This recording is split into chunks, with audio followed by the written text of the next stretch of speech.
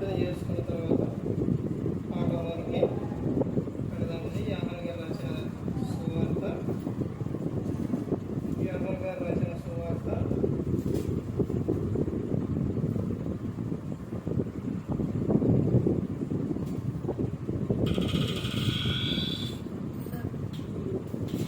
9వ అధ్యాయం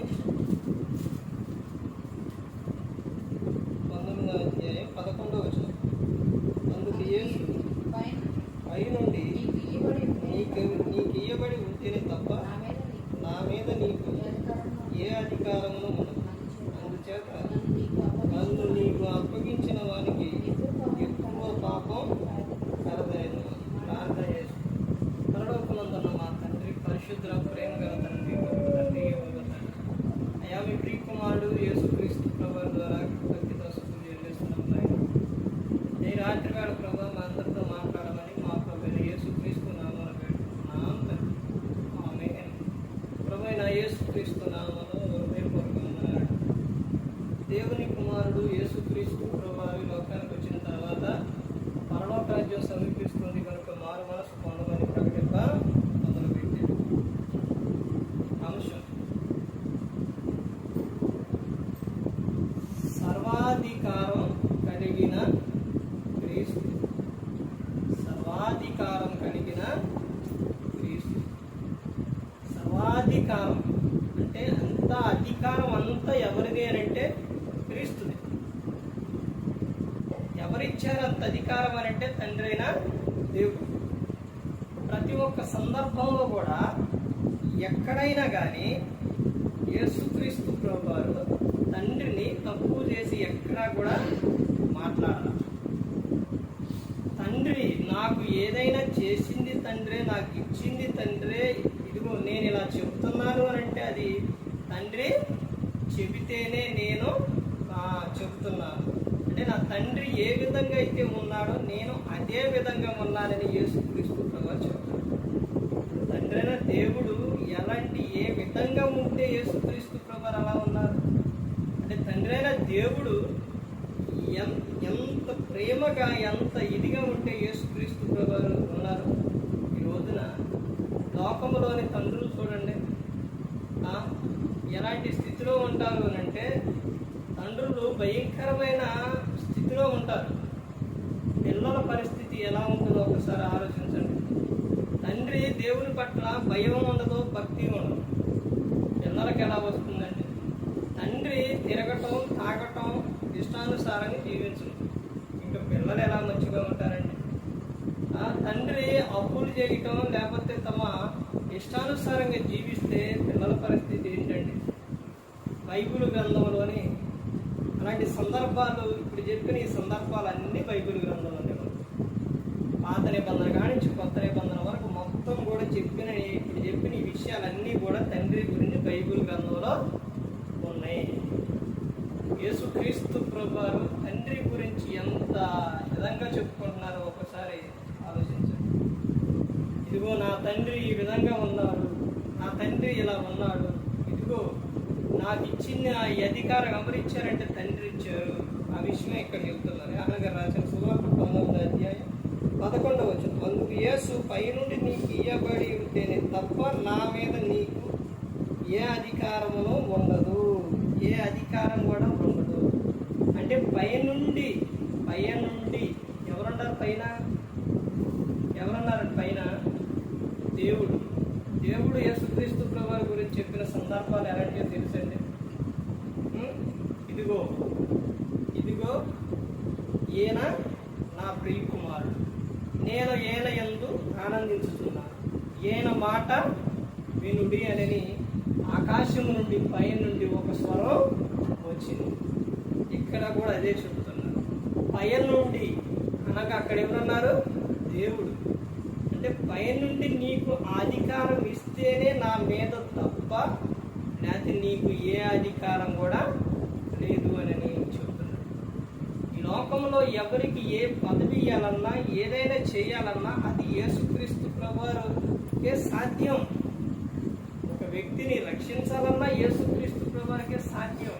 ఒక వ్యక్తికి ఏదైనా అధికారం ఇవ్వాలన్నా అది యేసుక్రీస్తు ప్రభువారే. కొలస్సీయులకు రాసిన పత్రిక 1వ అధ్యాయం వచనం నుంచి ఉంటుందన్నమాట. ప్రకటన గ్రంథం 1వ అధ్యాయం అది మొత్తం చదువుకుంటూ వెళితే ఆయనకు పరలోకంలో ఉన్న విధానం, ఆయన పవర్ ఎలాంటిది అన్నది అక్కడ చూపిస్తారన్నమాట. సర్వాధికారం కలిగిన క్రీస్తు. ఎవరికైనా అధికారం ఉందానండి ఈ లోకంలో? లేదు. పాపాలు క్షమించే అధికారం మానవునికి ఉందా? ఎవరికి లేదు. భూమి మీద పుట్టిన ఎవరికి. ఒకరిని విమోచించాలన్నా, ఒకరికి శాంతి కలుగు చేయాలన్నా, ఒకరికి ఆనందం ఇవ్వాలన్నా ఏదైనా కానీ క్రీస్తుకే సాధ్యమండి. ఎంతోమంది చనిపోయి తిరిగి లేచారు. ఎంతోమంది చనిపోయి బైబిల్ గ్రంథంలో ఉన్నారు. అంతమంది తిరిగి చనిపోయి తిరిగి లేచారు. యేసుక్రీస్తు ప్రభువారు తిరిగి ఆయన చనిపోయి తిరిగి లేచాడు. మరి క్రీస్తుకున్న అధికారం, క్రీస్తుకున్న పవరు, క్రీస్తుకున్న పేరు ఎవరికైనా ఉందండి? లేదు. ఎవరికీ లేదు. ఒక్క యేసుక్రీస్తు ప్రభువారికే ఉంది. ఆయనకే ఏదైనా కానీ సమస్తం కూడా సాధ్యం. క్రీస్తుకే సాధ్యం. యేసుక్రీస్తు ప్రభువారు దేవునికి మనకు మధ్యవర్తిగా లేకపోతే ఎలాంటి ప్రమాదం జరిగిందో తెలుసండి? ఈ విషయం ఎప్పుడైనా గమనించారా? దేవునికి నరునికి మధ్యవర్తి ఎవరో? యేసుక్రీస్తు ప్రభువారు. పూర్వం మీరు వాక్యం చదువుతారండి.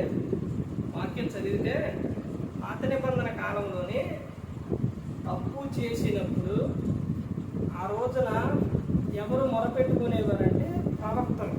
మోషే గారు వీళ్ళు ఒక విషయంలో ఏదైనా తప్పు జరిగిందంటే దేవునికి మొరపెట్టుకునేవారు. వారు కూడా మొరపెట్టుకోకపోతే ఇక దేవుడు ఏం చేసేవాడంటే ఎవరు చేసిన తప్పుకి వారికి కఠినమైన శిక్ష విధించేవారు. కొరింథీయులకు రాసిన పత్రిక 11వ అధ్యాయంలో ఉంటుందండి. ఆ 10వ అధ్యాయంలో ఉంటుంది. ఇంత భయంకరమైన శిక్షలు వచ్చాయంటే సణిగితే సణిగిన వారిని, వ్యభిచారం చేస్తే వ్యభిచారం చేసేది వారిని భూమి మీద లేక లేదు కాడకే అంత భయంకరమైన శిక్షలు అనేది వచ్చేది. మరి ఇప్పుడు రావట్లేదనంటే దేవునికి నరునికి మధ్యవర్తికి ఎవరున్నారు? యేసుక్రీస్తు. అంటే మనం చేసే ప్రతి ఒక్కటి కూడా ఆయన మీద పడ్డదన్నమాట. ఆయన మీదే పడుతుంది. ఇప్పుడు మీకు ఒక విషయం చెప్పాలంటే, మోషే గారు దేవుడు ఎప్పుడైనా మనిషికి ఒక అవకాశం ఇస్తారు. వినకపోతే తర్వాత మోషే గారిని బండ ముందు ఏమని చెప్పారు? బండనే కొట్టు అన్నారు. బండను కొట్టడంతో ఏమొచ్చినాయి? నీరు వచ్చింది. అంటే ముందు క్రీస్తుని ఈ లోకంలోకి వచ్చిన తర్వాత ఆయన మన నిమిత్తం బాధలు పడ్డారు, దెబ్బలు తిన్నారు, హింసలు పడ్డారు, భరించారు. అవన్నీ కూడా ఎవరి కోసం? మన కోసం. ఇది ఒకసారితో అయిపోయింది. క్రీస్తు చనిపోవడం, తిరిగి పునరుద్ధారుడై తండ్రి వద్దకు వెళ్ళిపోయారు. అయిపోయింది. ఇప్పుడు రెండోసారి మోషే గారితో ఏమని చెప్పారు? బండ వైపు చూపించు, బండతో మాట్లాడు అన్నారు. కొట్టమన్నారా? కొట్టే అధికారం ఒక్కసారే అయిపోయింది. ఇప్పుడు మోషే గారు ఏం చేశారు? ఆ బండనే కొట్టారు. కోపంతో కోపగించుకొని కొట్టారు. అంటే ఆ బండలుగా ఎవరు? క్రీస్తు. కుమారుడిని రెండోసారి టచ్ చేస్తే ఊరుకుంటారు అనుకున్నారా? దేవుడు ఊరుకోడు. అంటే మనం ఈ లోకం మనం టచ్ ఎలా చేస్తాం అంటే ఆయన్ని మరలా సిలువేయటం, మరలా బాధ పెట్టడం, ఇవన్నీ ఎలా చేస్తున్నారంటే మనిషి బాప్తిస్మాలు తీసుకున్న తర్వాత కూడా మరలా ఏం చేస్తున్నారు? తప్పులు చేస్తున్నారు. అలా తప్పులు చేస్తుంటే క్రీస్తును నువ్వు బాధ పెడుతుంటే దేవుడు ఊరుకుంటాడంటే ఊరుకోడు. మోషే గారిని రెండోసారి మాట్లాడు అని అంటే మాట్లాడకుండా కొట్టినందుకు ఊరుకోలేదు. అలాగే నరునికి కూడా నువ్వు క్రీస్తుని మరలా చిలువేస్తూ మరలా బాధ పెడుతూ ఉంటే దేవుడు ఊరుకుంటారనుకున్నారేంటండి? దేవుడు ఊరుకోడు. క్రీస్తుకి సర్వాధికారం తండ్రి అయిన దేవుడు ఇచ్చారు. ఇదిగో నా కుమారుని యందే నాకు ఆనందం కలిగింది అని తండ్రి అయిన దేవుడు చెబుతున్నారు. అని నువ్వు ఈ రోజున క్రీస్తు విషయంలో ఎలా ఉన్నావు? కీర్తన 2వ కీర్తన చదవండి. కుమారుని ఏం పెట్టుకోవాలంట? ముద్దు పెట్టుకోవాలి, హత్తుకోవాలి. కుమారుని విడిచిపెట్టకూడదు. కుమారుని హత్తుకొని ఉండాలి, ముద్దు పెట్టుకోవాలి. యేసుక్రీస్తు ప్రభువారు. క్రీస్తు పట్ల నువ్వు ప్రేమ కలిగి ఉండాలి. ఆ? నువ్వు క్రీస్తు, నువ్వు ఆయన ఎన్నిసార్లైనా కానీ నేను తప్పులు చేస్తూనే ఉంటా, నా ఇష్టానుసారంగా జీవిస్తూనే ఉంటా, దేవుడు క్షమిస్తారులే అనుకుంటే ఊరుకోరండి. అర్థమవుతుందంటే అది నువ్వు ఒక్కసారే దాంతో అయిపోయింది. ఇక మరలా నువ్వు దేవుని యందు భయభక్తులు కలిగి ఉండాలి. నేను మరలా క్రీస్తుని సిలువేస్తా, బాధ పెడతా, హింస పెడతా, నేను తప్పులు చేస్తా, దేవుడు యేసుక్రీస్తు ప్రభువును భరిస్తారు అని అనుకోవడానికి అది అయిపోయింది. ఇక ఒక్కసారే ఇప్పుడు రక్షకుడే శిక్షకుడు యేసుక్రీస్తు ప్రభువారు ఈ లోకానికి వచ్చి గొర్రె పిల్ల స్వభావంతో తగ్గించుకొని ఉన్నారు. అయిపోయిందే కది. ఇప్పుడు యోధా గోత్రపు సింహాన్ని చూస్తారు. సింహం ఎలా అయితే గద్దించిందో యేసుక్రీస్తు ప్రభువారు అలా ఆర్పాటంతోనూ ప్రధాన దూత శబ్దంతోనూ ఆయన వస్తారన్నమాట. అది ప్రతి ఒక్కరు గమనించుకొని ఎవరు కూడా నశించే నరకానికి వెళ్ళిపోకూడదని యేసుక్రీస్తు ప్రభువారు మన కోసం శిలువలో ఆయన మరణించారు. ఆ త్యాగం గుర్తుపెట్టుకొని ఇదిగో నా కోసం యేసుక్రీస్తు ప్రభువారు మరణించారు, నేను నిత్యము ఆయన పట్ల ప్రేమ కలిగి ఉండాలి, భయభక్తులు కలిగి ఉండాలని ప్రతి ఒక్కరు తెలుసుకోవాలి. ఈ లోకంలోనైనా ఎక్కడైనా కానీ దూతల పైన, దూతల కన్నా లేకపోతే ఎవరి మీదైనా కానీ సర్వాధికారం ఉన్న ఆయన ఎవరు అంటే యేసుక్రీస్తు ప్రభువారే. ఎవరికి కూడా ఏ అధికారం అని లేదు, క్రీస్తుకే సర్వాధికారం ఉంది.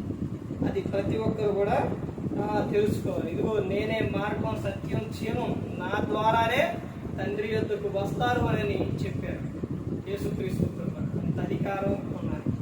ఆయన నిత్యము కూడా ఆయనతో మాట్లాడుకునే వారిగా ప్రతి ఒక్కరు కూడా ఉన్నారు. ప్రతి ఒక్కరు కూడా దేవుని యందు భయభక్తులు కలిగి పరిశుద్ధాత్మ మాట ఏంటో హృదయశుద్ధిని కాపాడుకుంటూ క్రీస్తుని కోరి నడుచుకున్నప్పుడు ఈ లోకం ఇచ్చిన పరలోకానికి చేరుకుంటారు. మరి ఈ విధంగా నిలబెట్టి మాట్లాడించిన తండ్రి దేవునికి కృతజ్ఞత చెల్లిస్తూ అంతవరకు శ్రద్ధగా ఉన్న మీకు ప్రభు పేట చెల్లిస్తూ ఈ మాట ముగిస్తున్న అందరికీ